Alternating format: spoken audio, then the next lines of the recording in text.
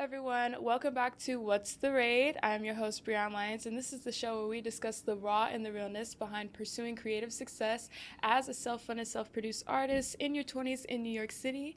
And today I am with actress, filmmaker, and teacher, Miss Destiny Brown. Hello. Hey. Welcome to What's the Raid? Thank you so much for having me. Of It's course. so good to see you again, Brianne. It's so good to I feel like see it's been a you. minute. Yeah, it's an honor to have you, and I'm grateful to share the space with you.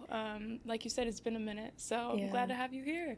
So tell us about you. Tell us your story, especially that post-grad transition. But just tell us about you. Yeah, sounds good. So I guess starting from the beginning, I was born and raised in Baltimore. Really blessed to be in a really supportive artist community at an early age. I grew up on top of a theater and would hear theater shows going on underneath me all the time, and so I was always curious about art. My mom loves art, and so I feel like it was really natural for me to be drawn to the stage.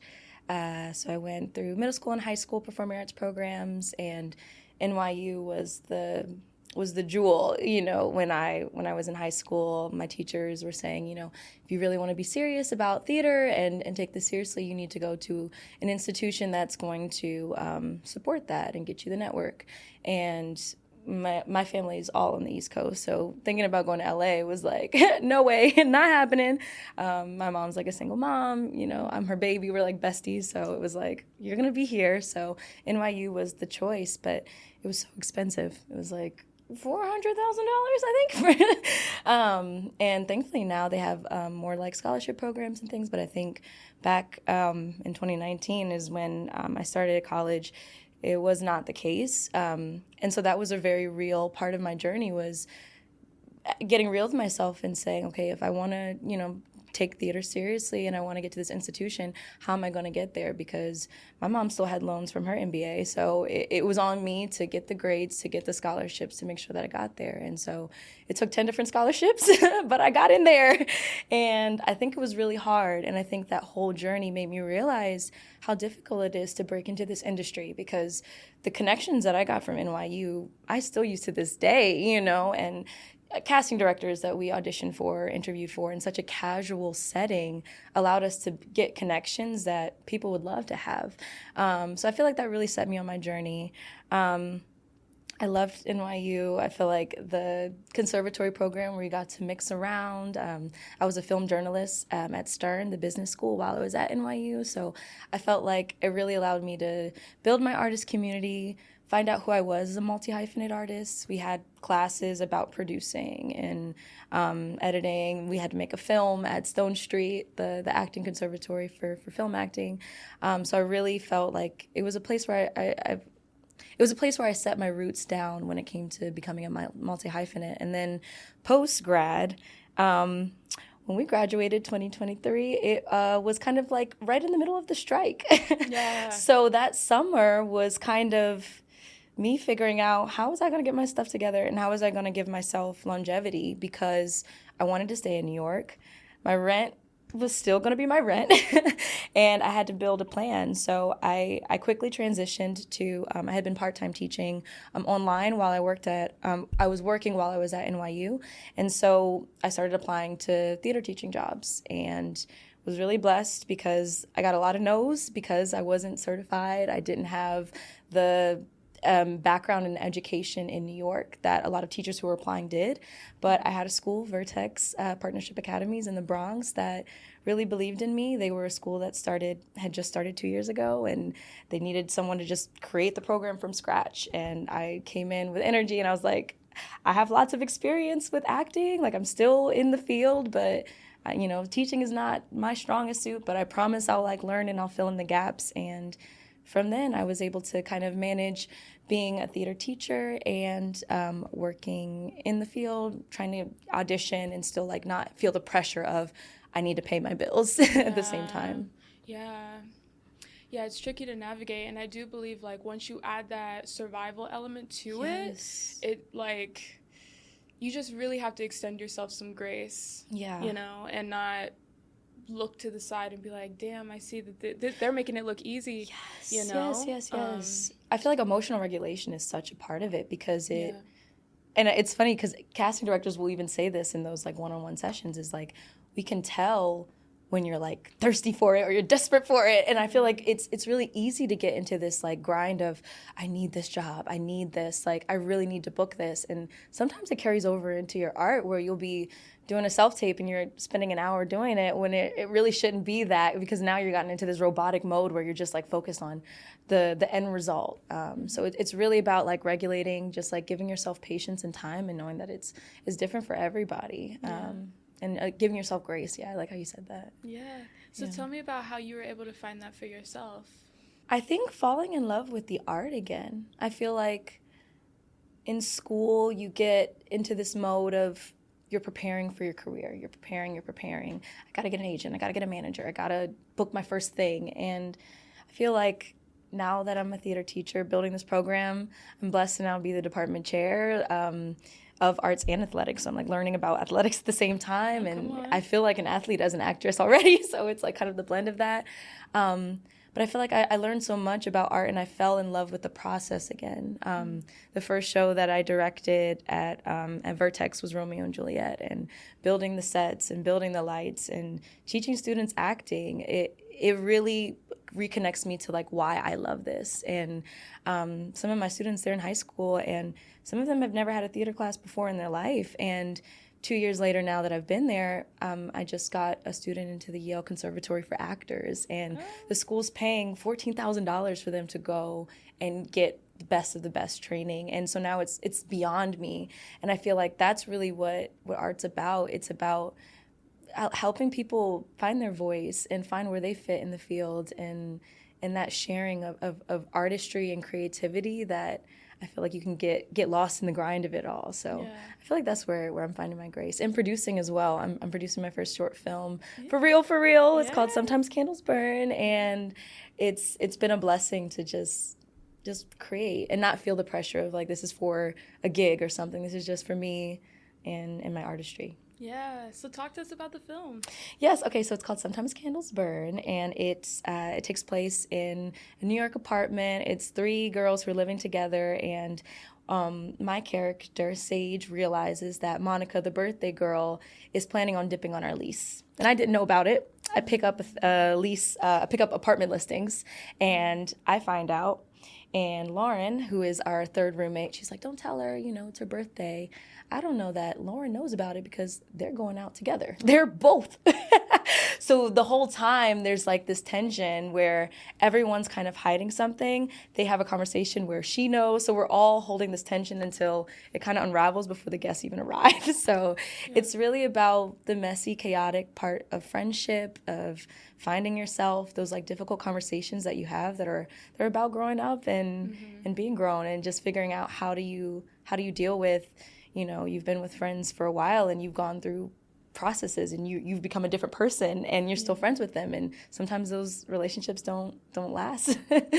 So it's been so much fun, and I feel like I'm more comfortable in drama, and I feel like writing with my friends, we crack up, and like it's funny because we're filming and the DP's cracking up, and there's such an ease to it that I'm like, I want every job to feel like this. Like I want to feel like I'm just having fun with my friends, and sometimes I might just have to convince myself that I'm like pretend, but that ease is beautiful. So. Yeah.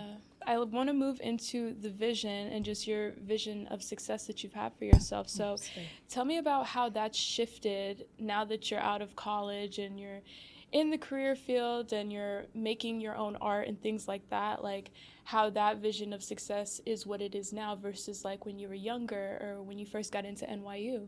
Before I got to NYU, I was dead set on being an actor. Like that was who I was, and nobody's going to tell me that I was anything else really. And I think the process of literally hearing from our teachers who were maybe 10, 15 years ahead of us saying, being a writer, being a producer, being an actor, filmmaker, all of that together, that's the reality of the industry nowadays. And I think that's what I see success as now is finding myself in every part of the process, from producing to directing to acting to writing, and allowing all of that to build up my artistry.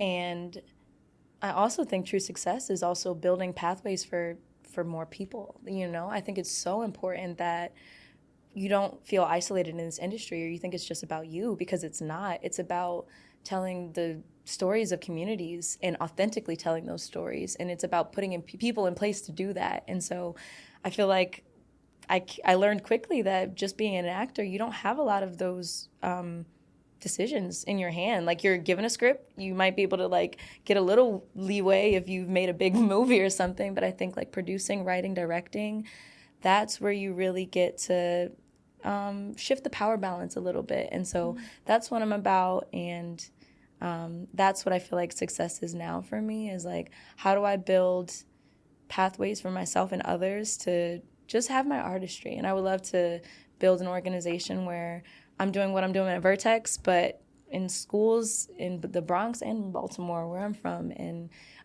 starting on a small scale. I'm not thinking about anything where it builds too fast, where you're just like out of control, but just building those small little pockets of community is where I find myself defining success as now. Yeah, nice.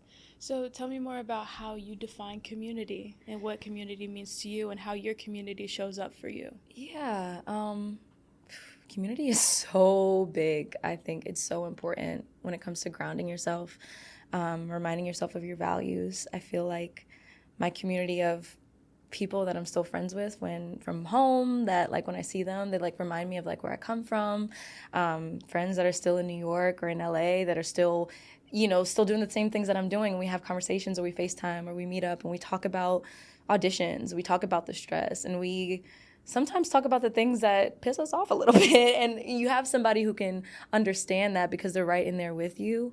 I would also say my community of school, like the staff, the students, they depend on you. You know, I think there's been so many days where I'm like, I feel like I'm starting to get the hang of it my second year, but my first year especially, working full time and auditioning, and it was exhausting. And having a community, having people that know you and know when you're not showing up 100% and saying, make sure you're taking care of yourself. It's important. And then lastly, I feel like the most recent community I found was Lighthouse of Love Collective, which is it's a church in Brooklyn, that Kayla put me onto. And having that community as well of artists that are stepping out on faith and understand what it's like to step into the unknown and have that positivity that I feel like is so important, that keeps you going, and it reminds you that it's not just about you. And I find power in that, especially when I'm exhausted, especially when I'm like, I can't do this anymore. I don't want to do any more auditions where I'm, eating a burger and like trying to get that commercial, but it's all about it. And you just like, you fall in love with the process again. Yeah. Have you read Auditioning by Joanna Merlin? No, I haven't. Okay. I have to write that down. That's a good book. So Auditioning. I took a class with, I wish I remembered it. Arnold Mangioli. Arnold Mangioli. I have to write this down and realize it's going to be recorded. So yeah. I'll just I'll give it to you. I'll write it down for you. But man, that book is so good. I honestly recommend every actor to read that book because it really talks about how not personal auditioning is. And I know they talk to us about it a lot in school. They're like, it's not personal. Right. Like, you're just not the vision that they had. But as an actor, you being the product, it's easy to like internalize that. I mean, it's kind of like modeling, right? Where you are the product. Yeah. And this is the way that you tell the story, and this is the creative product that you came up with, So it is a very personal process, but auditioning and getting that no is so impersonal and not personal. So that book just talks about like detachment with auditions and just taking no's at very face value. It's just like, okay, like, so I love that. I'm definitely going to read that. It's a good book. It gives you hope for sure. And it keeps that fire going within you, because I think especially now, and this is a big reason why I wanted to do this show, is because I feel like now is that pocket of time where people start to give up. Yes. People start to lose faith, or lose hope, and they're like, oh, it's not working, or like, this is too hard. But man, just anything that you can do to keep it within you, to keep the fire going. And like you said, you have community, right?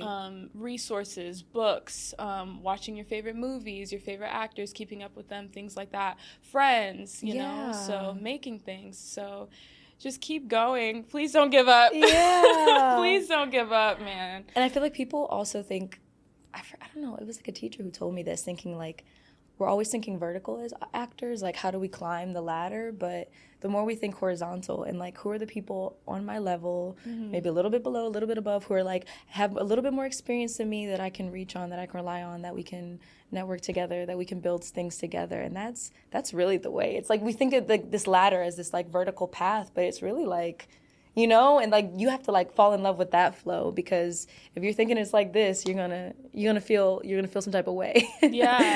Yeah, so interesting. What's a learning experience that gave you some game in your creative pursuit, and share that game with us?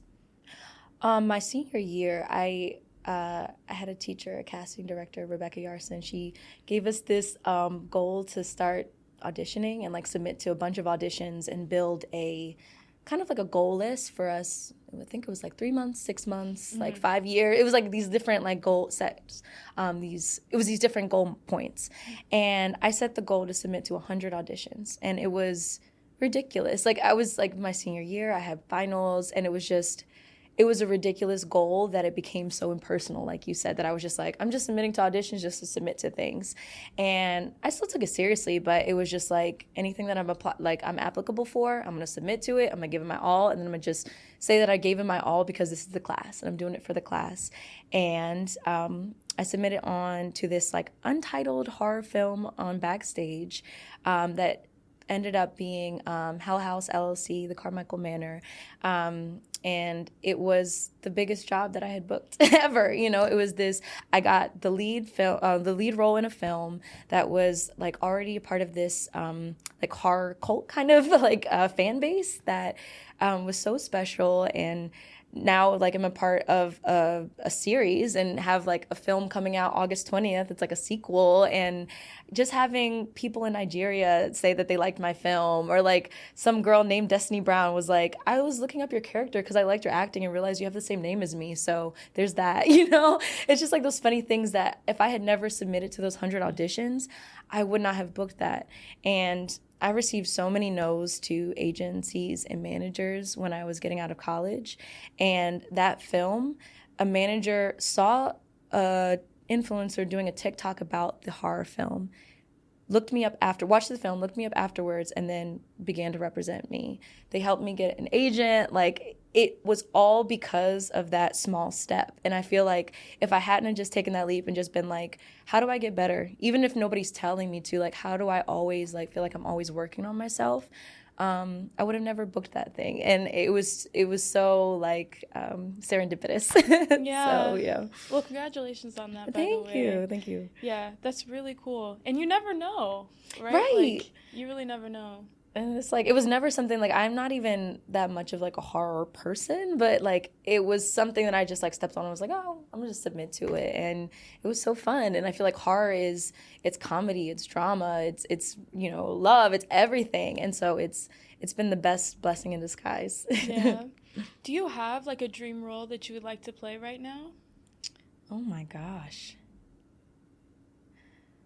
Man, I don't know if it's because I've gotten like a couple auditions for things on Broadway, and I just like, I don't know. I think like I'm becoming like very detached from film roles, but I feel like I just really want to be on stage again. Like I've been doing like a lot of auditioning for film and just like doing something like, I don't know, like Intimate Apparel by Lynn Nottage, like something that's just like a classic that I feel like I've only had the opportunity to explore in class. Yeah. Just like really doing that on a production level of people are paying for tickets. Like I feel like that would be so special. So like that, or Sweat. I don't know. I've been a big fan of. I love Lynn Nottage. I took a class, a Lynn Nottage like play class, where it was just serious? we just studied all her works. I love that. Yeah. So like her, or even like some Shakespeare. I don't know, something that's just like classic and just like gets you back to your roots. I think would be really fun. Yeah. What about you? I know I can't ask you questions, but I'm curious.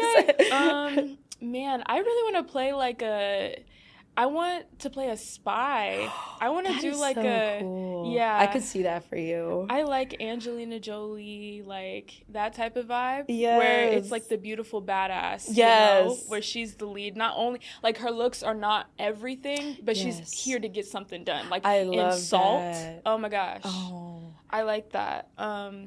But it's funny you say that because I've been feeling the same way about theater and wanting to get back on stage and feel that live energy transfer between you and the audience. Like, there's truly nothing like that. Like it. There's nothing like that. Yeah. And it fills you with the type of euphoria that, like, I mean, as a performer, you feel on top of the world. Mm-hmm. Like, you know, same thing I'm sure that, like, a musician feels when they play their stuff live. Yeah. You know, it's like a rush. Exactly. You know? Like, exactly.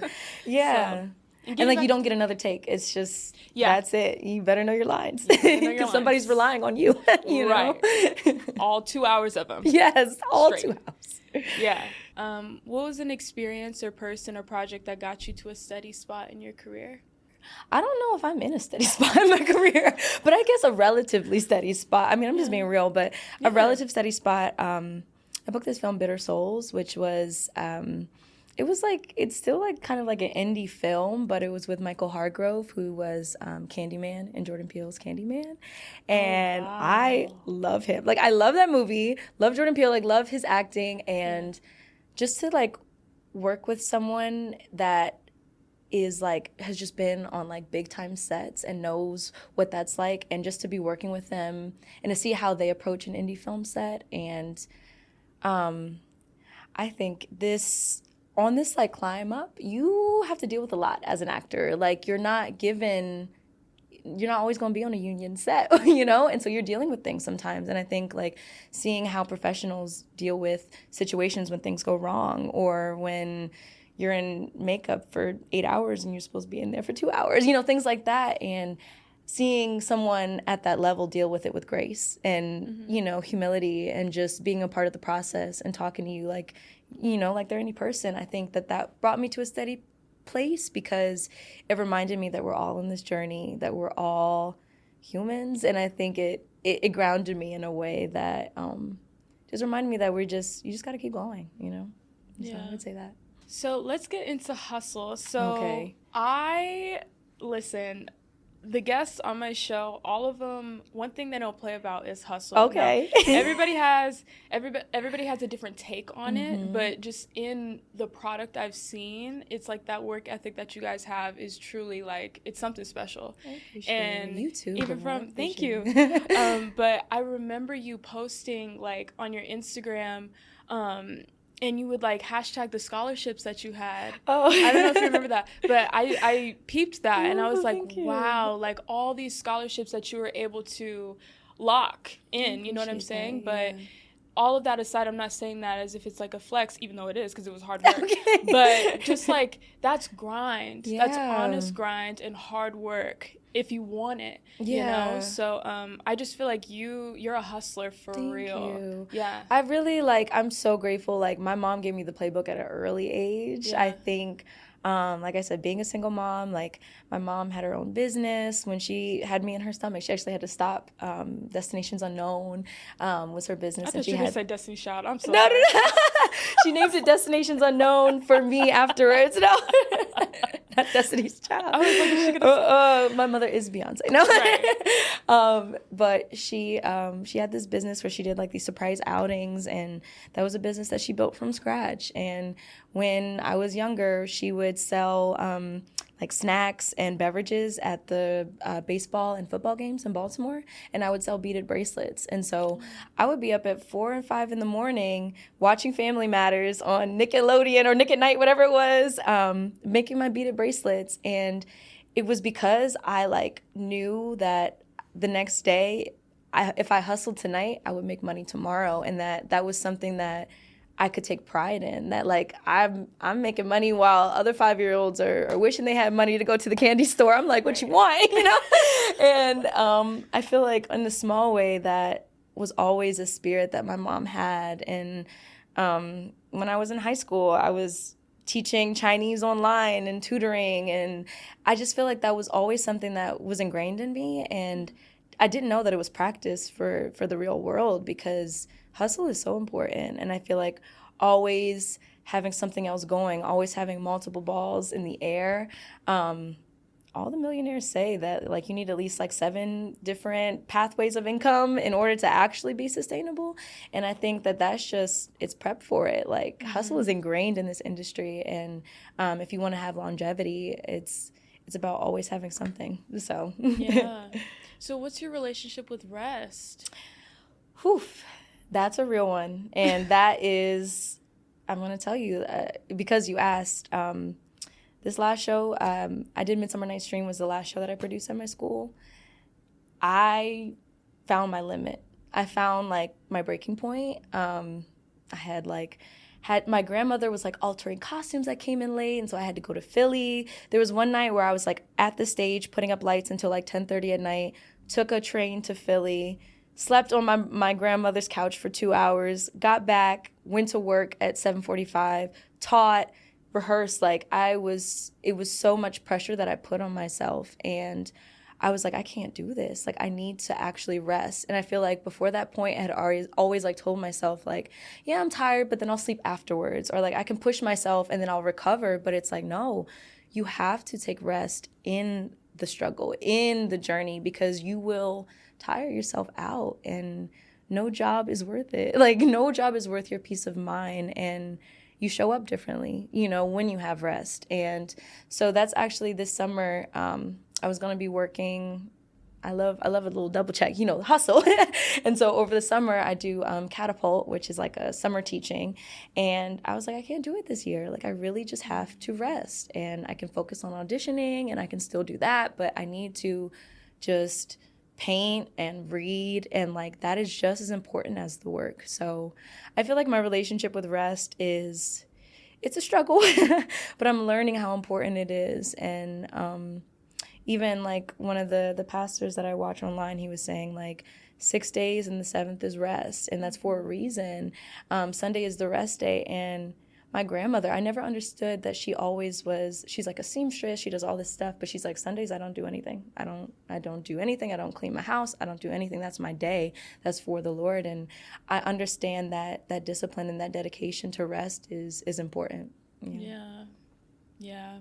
I found like if I don't rest, my body will shut down. I'll get sick. I'll literally just like fall out. Yes. I know that sounds scary, you get sick. It's real. Yeah. Your body will slow you down. What's a hustle hack that you have? I mean, obviously finding those pockets for rest, but just like juggling numerous balls. Like, tell us about that. I would say always having a skill that you're learning. I feel like just on the side, I think the reason that they made me department chair, I interviewed for it, but they really kind of like had to, because I had been doing so many things at the school. Because I know how to edit, I know how to take photos, I know how to host, I can like do voiceovers. There's so many skills that I have that I've just gained over the years just out of interest. And I think that if you always have that curiosity about learning new things, like side project, I'm working on like a video game that's like teaching high schoolers how to like apply for scholarships. And it's like I've been learning about how to like use AI to have students receive feedback on their essays. And that's something that I'm probably not going to finish in like 3 years, because it's like it's just in the back burner, but I feel like I'm learning so much. And I even like go through the world differently, because when I'm looking at articles or things, it's like, okay, this is applicable to something that might be useful in the future. So I feel like always having a skill, always having something that you're working on, because you never know when that's going to be transferable to actually making more money and actually putting yourself in a position of like higher up, just because you have the skills to say, yeah, I'm qualified to do this because I have all these different skills. Man, I bet you are an amazing producer. I mean, I'm sure you are, but I'm just saying, like, in order to, because it's problem solving. Yes. So just having that approach, that like thirsty mentality for knowledge and new skills and things like that, I feel like that like streamlines into producing very well. Definitely, yeah. But what I will say is that I like how your grandmother's involved in your creative pursuits. Yes, I love it. So I'm actually a third-generation teacher, which I didn't mention. But my grandmother was a teacher, my mom was a teacher, and now I'm a teacher. So it's been like a generational thing. I think even seamstressing. Like my grandmother learned from my great-grandmother, Josephine Hicks, who her birthday was July 4th because she didn't have a birth certificate. Like, they didn't have a birth certificate. And when other people she knew of her color were, like, sharecropping, she was creating dresses. And there would be women who would come to her, and they would have businesses because they could have licenses because of the color of their skin. And they would go to her for the actual materials for the dresses, sell it, and she was making money. And so that, like, understanding that upward mobility is so important, and I feel like it's generation by generation. I feel like I'm talking about the women in my family, but men too, but every generation, like, made a step forward, and I just feel that same responsibility, and not in a bad way, but it's like, it's an honor, it's like I'm a product of all the steps that my ancestors took, and I find pride in that, and I find kind of like a confidence in that like, even though I'm working on my certification this year, I'm like, I come from a line of teachers, like, this is in my blood. And so I think, that's been a very important part of this. Yeah. Mm-hmm. So do you have an idea of where you want to be in 5 years? I know everybody asks that question, but I'm very interested.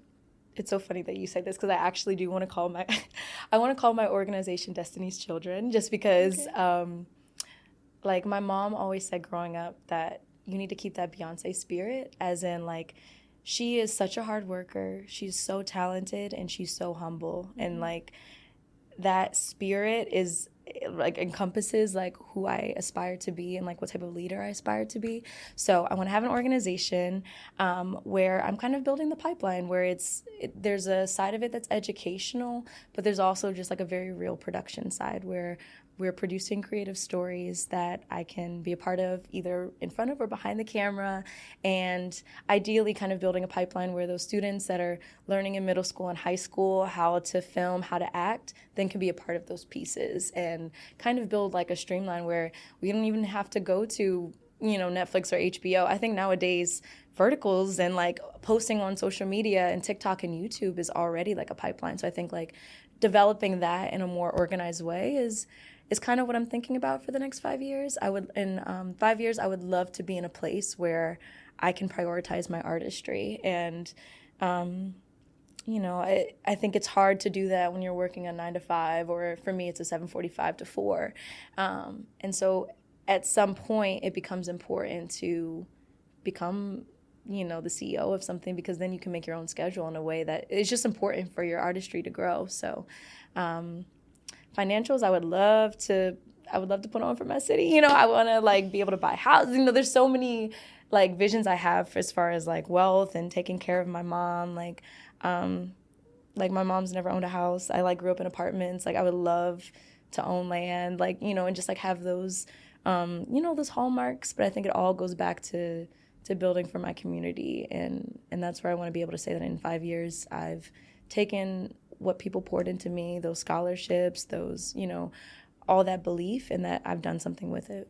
Wow. I love that. I love so these questions. Much. And I feel like this is so important too. I really just, like, thank you. I appreciate this podcast. Like, when I was reading the synopsis, and it was like, it's for the artist in the middle, it's like, you haven't made it, you're not at the bottom, but you're just, like, stuck in the thick of it. And I think it's so important. So thank you for these questions. Absolutely. Like, I love this conversation. Absolutely, yeah. And you want to know something else that I think is so cool about it? Because I'm all about evolution, and I just think it's so cool to look back on where you have come from, right? Yes. Like, there's so many times I go through my Instagram or my camera roll, and I'm like, damn, throwback to when I was doing photo shoots in my room during quarantine. Yes. Throwback to when I was, like, making Breon's POV, that art POV, my clothing line and my bag line, and I'm like, wow, never would I ever have thought that I'd be in podcasting.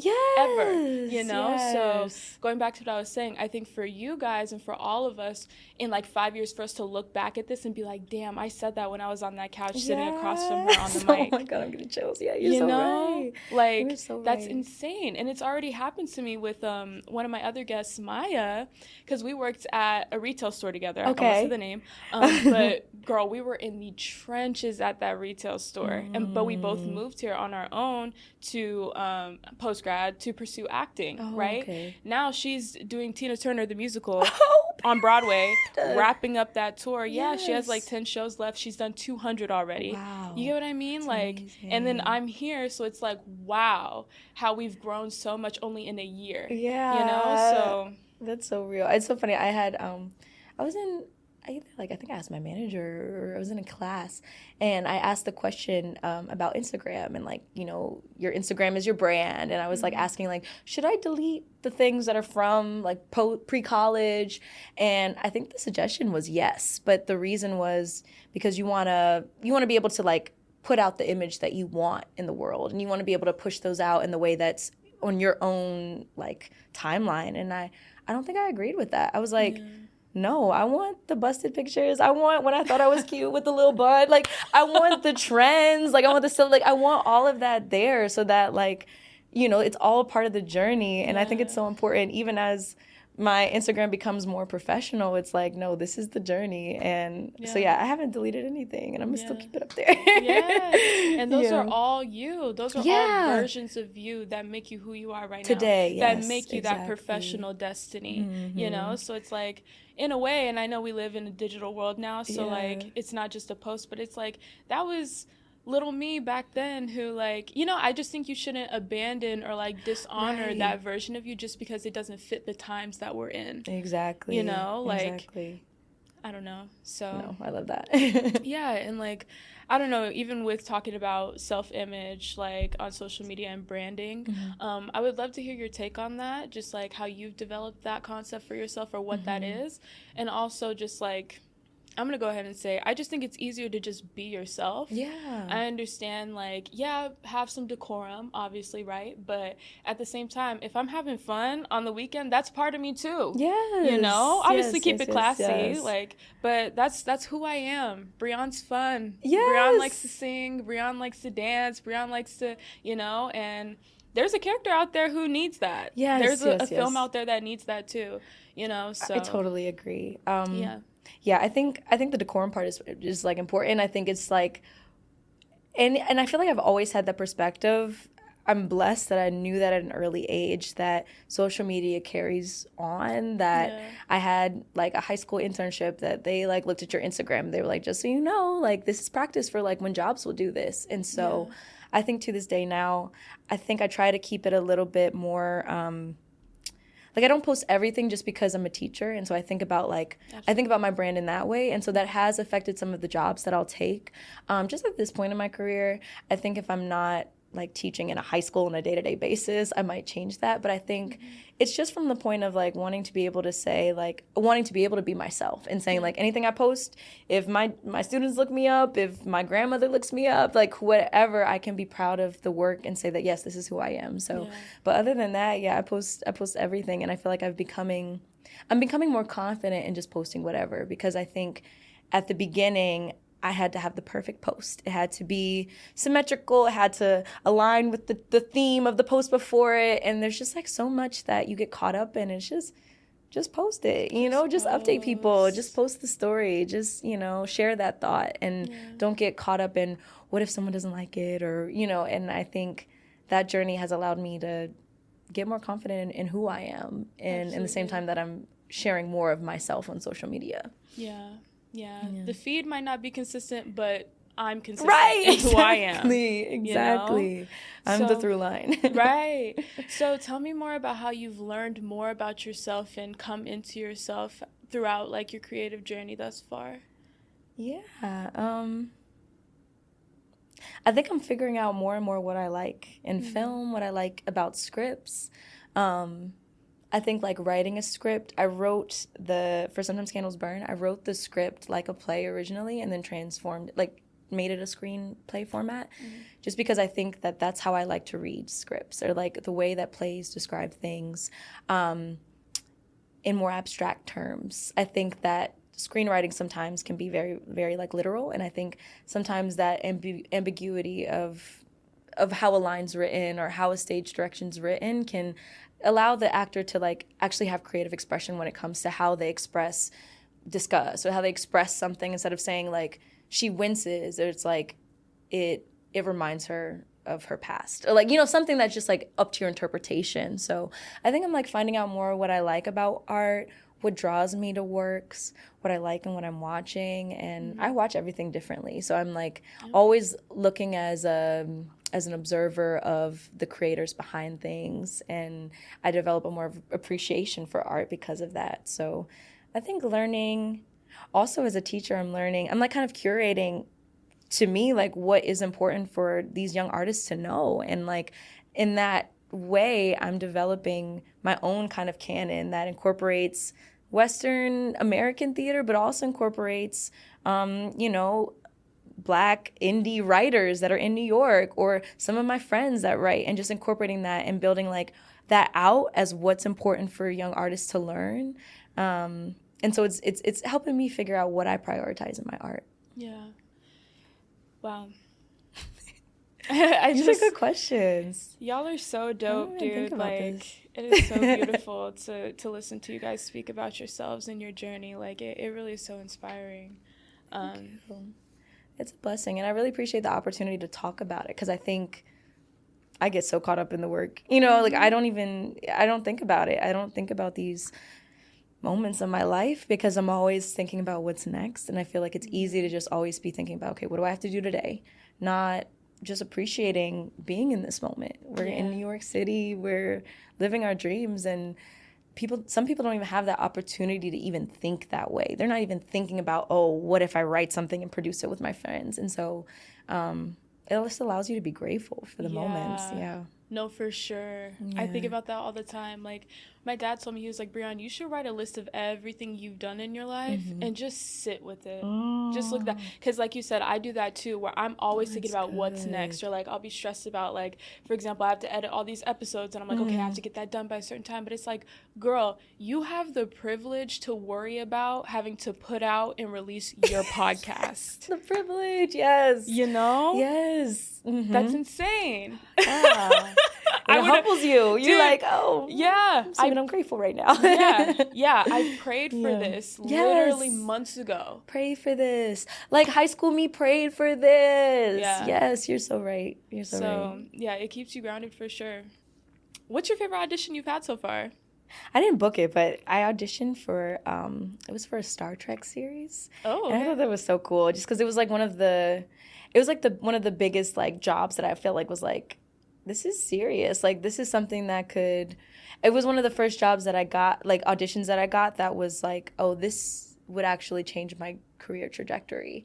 And just to know that, like, you just have to take it seriously, because even though that was a job, like it was labeled Star Trek, a casting director that's casting that job could be for a smaller, film. And so it's like taking every job that seriously. So, I would say Star Trek, and I feel like the big ones. John Proctor's The Villain was like my first like Broadway audition that I got, and that was really cool. Just like seeing the script ahead of time of like a show that I loved, like I thought was really cool, and like was just very young, and just part of the theater that I want to be a part of. It gives me hope, especially for Broadway, when you feel like you learn so much about the marketing and how much it's just like a business. Like seeing just really cool art is really fun. So As an artist, do you believe that you would rather be understood or respected? Oof. Oh, wow. That wasn't on the list. That's a good one. I'm going to say understood, because I feel like people are going to respect you. Like, it's up to you. It's up to you to respect me or not. Like, I think, like, I can't force you to respect me, but at least if you understand where I come from, I feel like there's an ingrained respect in that, because you have to respect that I come from a lot, and I come from trauma. I come from everything that broke me down and built me up to where I am today. And I think if you don't respect that, there's something wrong with you. I don't know. So I think understanding is harder. I think it's harder to understand people, because I can say like, oh, I have respect for what you do. I have respect for your trade. But I don't really know what it's like on a day-to-day basis. So I think understanding is bigger. That's interesting. You know what I think about all the time? This is in the same vein, but it's slightly off topic. Remember at Adler when that guy, he was a white man, but he wrote that poem in the perspective, I think, of a Black woman. Do you remember that? Oh my God. And we like had a discussion about that. Yes. Yeah. Yeah. I think about that all the time because it begs the question about if art has to be real to be told, or does it have to be honest to be told? Right. Yeah, does it? Especially when it comes from, especially when it's telling a perspective that it's in shoes that you don't walk in. Right. So how could you truly understand? That's How my could you question. truly understand? And do we put parameters around fiction? Like, can we truly limit fiction? Right.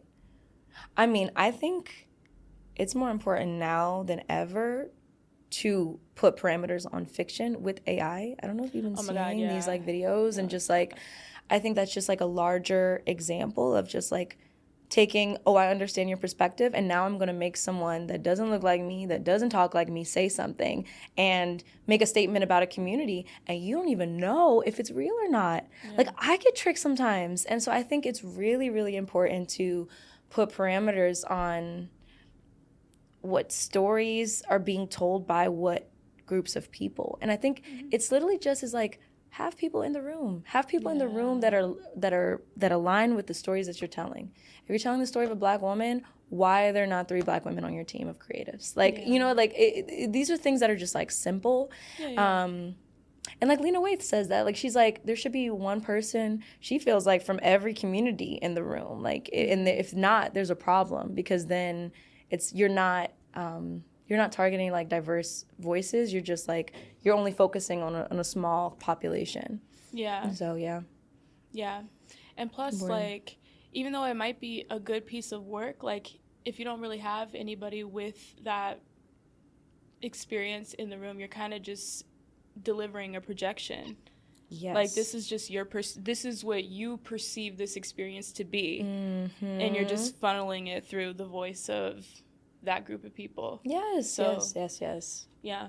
And I think I have to catch myself sometimes. I wouldn't say from other like communities, like I would say like racially, but I think like sometimes I assume what my high schoolers will think is like cool, or like I'm like, oh, you guys, like the dances, like they will get down to drill music, but it's not all that they listen to, right? And so it's like kind of like trying to make sure that I'm not like seeping my bias when I'm like, oh, like y'all will think this is cool. Or like, for example, Romeo and Juliet, it was the first time that they were putting on Shakespeare, and I was like, we should make it modern. Like, we should make it, you know, and I asked them, of course, I was like, should we set it in the Bronx? Like, where should we set it? And they were like, yeah, that would be dope. But then as we kept on going and they truly understood the work, they were like, actually, it would be kind of cute to be in like a long dress and like swords and like all these things. And so it's like, if you don't assume that, oh, because students are from the Bronx, they're not going to want to dress up like back in the days, then you're like cutting out their experience. And so I'm so grateful that I asked the question and made it a conversation instead of saying, okay, this is what we're going to do, because I know that this is going to make you connect to it more. Right. So yeah, I feel like we can all get caught up in our own biases. And I think that makes it less personal too, right? Because if I tell you, oh, I can get caught up too, then you don't have to make it about, oh, I'm not a racist, you know, like, because then people get so caught up in like, oh, if I admit that I made a mistake, then this is who I am. And it's like, no, you can just admit that you made a mistake and that was an insensitive ad, or companies like will just like ignore something and try to put it under the rug instead of just acknowledging like, that was problematic, we shouldn't have done it, let's do better, you know? Yeah. I am interested in your process, though. So you first get a script, boom. What are some of the questions or some of the mental processes that you go through when you're looking at that text? Yeah, I love to like read a script until I start to actually feel like things. Like I feel like I'm a very like empathetic person, and so I think I don't understand a character until I can understand like where they're coming from, why are they feeling the ways that they are. So I think like that's always what I'm trying to understand from like a psychology standpoint. So I think that was one of the best classes that I had at NYU, was taking like an intro to psychology class and learning how connected that is with our external expressions. So I always try to start at the root. I try to really, really pay attention to what's on the page. I think Atlantic really helped me with that at NYU, that conservatory, just making sure that you're staying true to what the playwright or what the screenwriter put on there, because then you can leap, you know, you can take risks because you're like, I'm on the foundation of the writer and I'm not telling a story that they didn't intend to tell. So I think that combination of making sure I'm paying attention to what's actually on there, and then understanding that this is coming from somewhere. So like, where is the root of this expression? And also, I think now catching myself as in like, what are my traps? I lean into emotion. Like, am I playing the stakes of the scene, or am I playing what I think is the best acting? Like, you know, does this character really need to cry? Like, does this character really need to be this emotional? Or is this just a scene where they're like hiding it, you know? And I think sometimes auditions start to feel like a showcase, and it's like, no, it's true to this character. So I think always trying to catch myself, and I'll even write them down. Like, this line, I might be going over the board, or like this line, I might rush through because this is a technical issue. So I think catching myself in those things, calling myself out helps a lot. Man, this makes me miss like training and Yes, technique. it's important. And you know, I actually want to go back. I think I want to start taking classes. I might just start taking like special skills classes. Like, I have a friend who's taking like a stage combat class, or like, you know, something where it's not necessarily like conservatory, like full certain conservatory program, but just still training. And I think that goes back to like the hustle skill tip, is just like always learning, because that's what we always are doing. And I think at Baltimore School for the Arts, the performing arts school I went to, it was like a rule that all the teachers are constantly working. That even like some of my teachers were there with the school and have been teaching for 35 years, but we're still performing Shakespeare and like in like inviting us to their work. And I think that's really important. So. Yeah. I really like that Adler did that as well. Yeah. All those teachers were working. Yeah. That, or they were taught by, that, or they were taught by Stella herself. And I just think that is so powerful, because they're so rooted in the technique, and they're rooted in what they preach. Yes. And it's so important to have a teacher that knows what pulse. They're talking about. Yeah, you're on the pulse of the industry. Yes. Yes. Yeah, man, I think I want to get into scene study again. I love that, like identifying beats and shifts and tone, and just really getting into the psychology of the character, man. It's an art form, and like you said, it's psychology. And one thing that you said, because I forgot, that is important about that Atlantic really taught me, was that you do all of that work and then you let it go.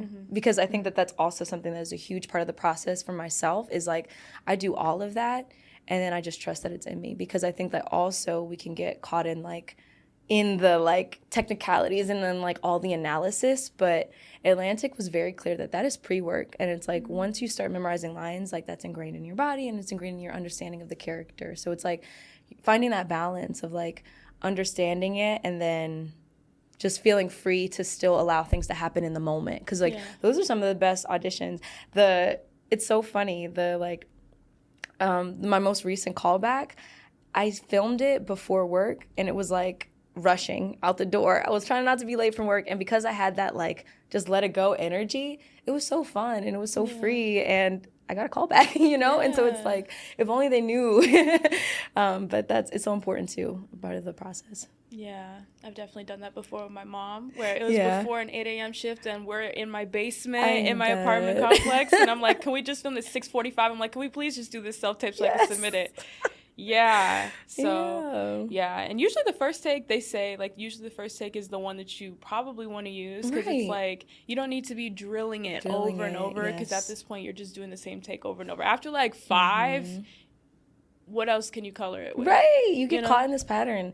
And then also, it gets expensive. Like, you need to start, like, sorry, not you, but, like, I need to start, I've been, like, calculating, like, because we don't get paid for auditions, you know? And so that time is money, really. And if you're thinking about it in that way, it's like, okay, I have to be smart with my time. Like, I need to really, because then it becomes more impersonal, and I'm also like more efficient in that if I'm like making sure that I'm not spending more than 30 minutes for an audition, then it's not as big of a deal. But if I'm spending 2 to 3 hours, or like I'm making sure that I'm editing it and doing all these things, then it becomes more costly if you're actually thinking about like your time is your money, you know, as an artist, and you being the product. Wow, I haven't heard that take on auditioning before, or like self tapes, like how much you pour into it. And I think honestly that can speak to how we get so attached to things, because we put all that time, like spending hours on a 2-page side. Yes. And it's like, you don't really need to be doing all that, you know, working more efficiently rather than like working for a long period of time, because then now you're like, oh, what am I going to get in return? I just spent 3 days on this 2-page side and I didn't book it. Yes. How taxing. Yeah, how taxing. Yes. How taxing. And you're doing that every single time, you know, and not saying don't work hard, obviously, but it's like being smart about your investments with your time in this auditioning journey. Yes. Yes. So I love that you said that. And it circles back to that point of like not burning yourself out, you know, it's like building that longevity, building that stamina. Yeah. So we're going to get into some rapid fire. Okay. So on this show, we do a What's the Rate segment where instead of revealing what your rate is or how big your bag is for your talent, okay, you just rate these topics 1 through 10. Love. Okay. So we have work for exposure. 6. Okay. Always saying yes. I'm gonna get that a 1. I don't know why you always saying yes. That's dangerous. Okay. Contracts. I'm gonna give that a 10. We love a good contract. We do on this show. Yes. Fake it till you make it. Fake it till you make it. I'm gonna give that a 7 because you could have a toxic relationship with fake it till you make it, but I think for the most part 7 is good. I want to hear your take on that because everybody's had different takes on that terminology, like the phrase fake it till you make it and what that means to them. Yeah. So tell me about what that means to you. Fake it till you make it means like you're walking in your power, you know, like you're walking in the belief that you've got it, you know, but I think there's also like imposter syndrome. And I think that like NYU taught me a lot that like fake it till you make it sometimes could be detrimental because like you also want to show up authentically, you know, so it's like that balance of like you don't always have to be fully prepared for something. You can still walk in with like a certain confidence, but always showing up authentically still, I think is why. Working your way up. 8. I think like working your way up it's important because I think that you don't want to be at the top and not have the skills to stay grounded when you get up there. So I think work is important, but it shouldn't be too hard, you know? Yeah. Like it shouldn't be impossible, but I think work is crucial. Shadowing / internships. 10. We love a good shadowing. Yeah. I love internships. My internships got me to where I am today. I mean, a paid internship is never a problem, you know? I always get paid, but I mean, it's always great. But I think interning is so great because it's this like incorporated pathway. So I love interning. Okay. And then the last one is cold emailing. Oof, I'm gonna give that a 3. Oh, it's important, but I hate a cold email. I'm sorry, I can't. Oh, okay. Cold Why? email. I don't know. Maybe I'll get better with it. Cold emails they're important to get going, but I think why not always just networking? I don't know. Like I feel like there's always somebody that I think is like either 2 to 3 connections away from that person. So I think cold calling or just like cold emailing for me has never been beneficial. It's always been the conversations that I never expected and just like putting myself in networking chats or just like, you know, having conversations with people, whereas cold calling feels like or cold emailing always feels like it's like I'm trying to gain something. Mm-hmm. Unless it's like coming from a place of like appreciation. Like I think if I'm just like messaging somebody that I saw on IMDb because I like really appreciated their work, cool, but I think I have this relationship with cold emailing where it's like I'm trying to get something from someone and I'm trying to ingrain it in this email that doesn't make it seem like that. Yeah. So, I don't know. Yeah. Like, can there be a better way? Can we build a better process? Or can we do a Zoom call? Right. I love doing face-to-face. I love having a real conversation. I agree. Because I really do believe in energy. Mm-hmm. And I just feel like you can only do so much with an email. Mm-hmm. Anyway, you know what I really do want to ask you? I promise this is the last question. Yeah, what's up? But I'm really interested in how you balance and navigate proximity in an industry where networking and connections are so crucial, and just kind of knowing, okay, who is in your circle and who am I going to keep kind of over here in the networking circle? My friends are my network, like, you know, and the people that I work with closely are the people that I consider friends. But yeah, it's definitely important. And then I think also like when I find out that I don't align with someone on a moral point, like on a moral basis, if there's something that they say that I feel like I don't agree with you, but it's not to the point where we can't work together, then it's like, okay, I got it. We're going to have a professional boundary where I know that I can't be that close with you because we don't really rock with each other like that, because we don't understand each other on that basis, but we can still work together. We can still make work. Yeah, and work in integrity. Yes. That's something I found I really value now that I'm out of school. Like, I mean, obviously in school too, but like once you're doing things yourself and like you're not skipping like steps on the ladder, I just feel like working in integrity builds such an honest and like a type of grit and perspective that I don't think a lot of people who don't go through that carry. Mm-hmm. And when you don't have that perspective, it kind of is like, there's a certain piece of character that I require in order to develop and build the work that I want. Yes. You know? So... And it goes back to, like, understanding. Like, you won't understand it. You don't understand where it's coming from. You won't understand the purpose unless you truly have that, like, that piece of character. I like that. Character.